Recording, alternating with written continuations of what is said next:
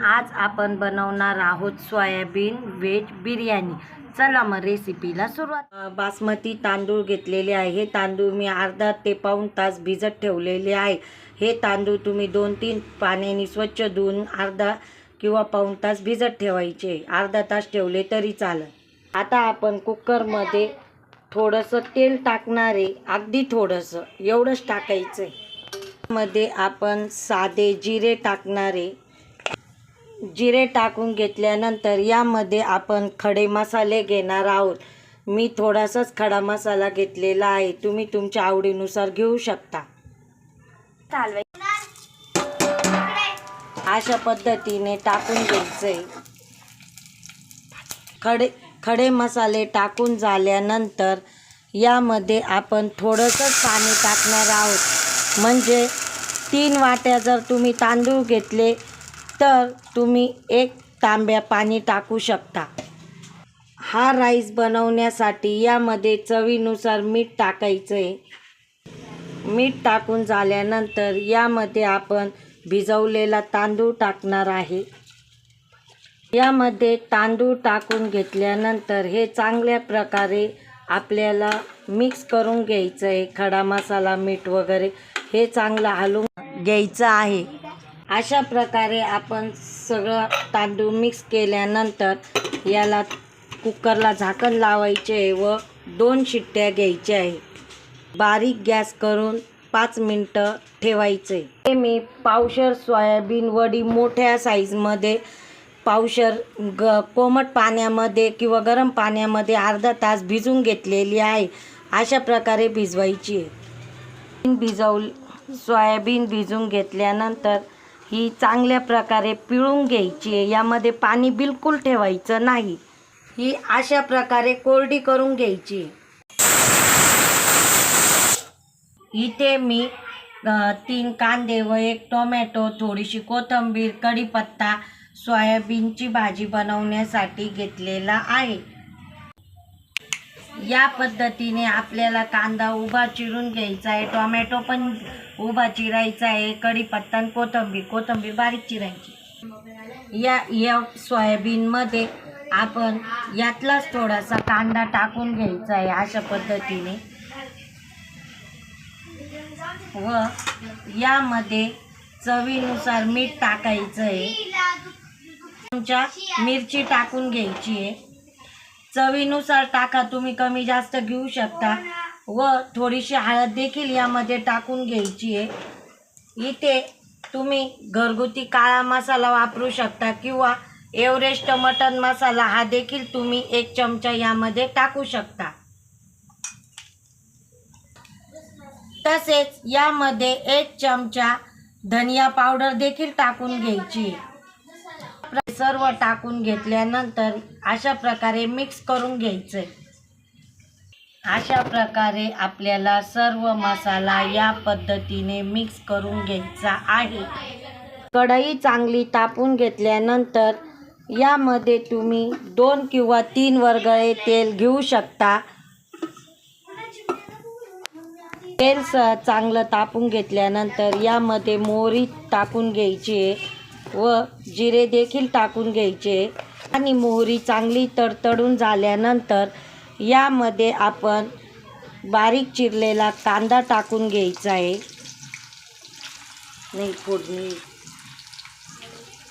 कढीपत्ता देखील टाकून घ्यायचा आहे। कांदा हा चांगल्या प्रकारे लालसर खरपूस होईपर्यंत तळून घ्यायचा आहे।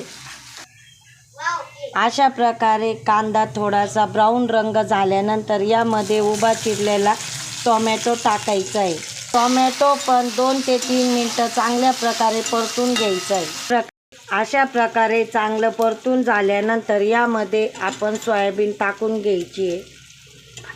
सोयाबीन टाकून घेतल्यानंतर हे चांगल्या प्रकारे परतून घ्यायचं आहे। 2 ते 3 मिनटं परतवायचं आहे। अशा प्रकारे परतून घेतल्यानंतर या ताटातलं पाणी थोडंसं घ्यायचं आहे। आपण अर्धा ग्लासला पण कमी पाणी घेऊन आपण हे पाणी यामध्ये टाकून घ्यायचं आहे।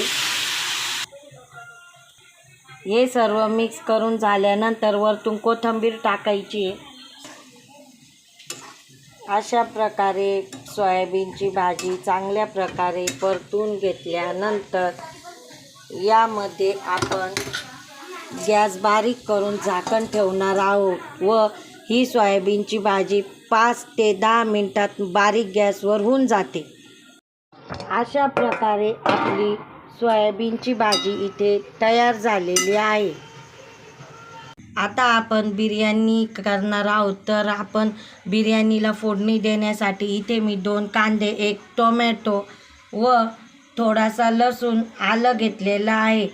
आता मी हे टोमॅटो उभा चिरून व कांदाही उभा चिरून घेणार आहे. आलं आणि लसूण याची पेस्ट बनवणार आहे. अशा प्रकारे आपल्याला उभा बारीक कांदा चिरून घ्यायचा आहे. टोमॅटो पण बारीक उभा चिरून घ्यायचा आहे. थोडीशी कोथिंबीर व कढीपत्ता फोडणीला देण्यासाठी घ्यायचा आहे.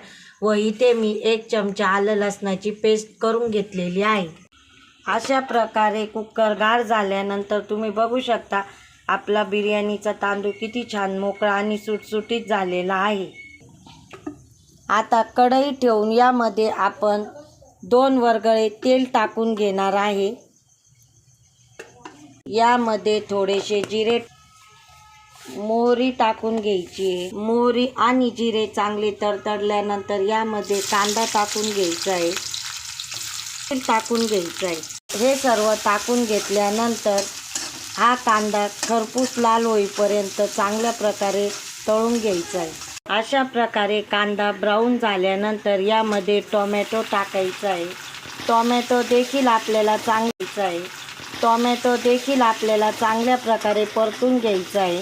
अशा प्रकारे चांगलं परतून घेतल्यानंतर यामध्ये आलं लसणाची पेस्ट देखील टाकून घ्यायची.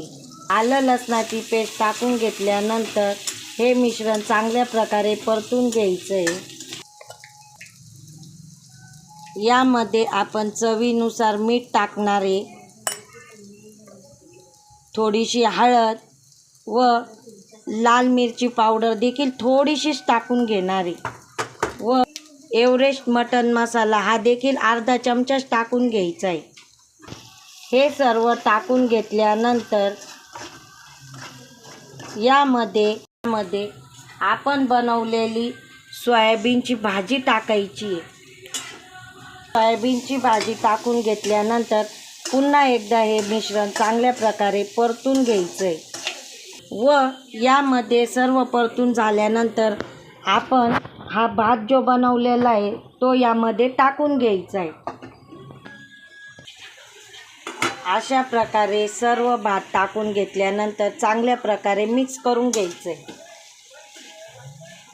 बंद कर, ते कशाला दाखवते. अशा प्रकारे आपली इथे सोयाबीन बिर्याणी तयार झाली आहे. तुम्ही गरम गरम खाण्यासाठी घ्या. आपली इथे सोयाबीन व्हेज बिर्याणी तयार झाली आहे. चला तर मग चॅनलला लाईक करा, शेअर करा, सबस्क्राईब करा आणि कमेंट करा. गरम गरम खायला घ्या.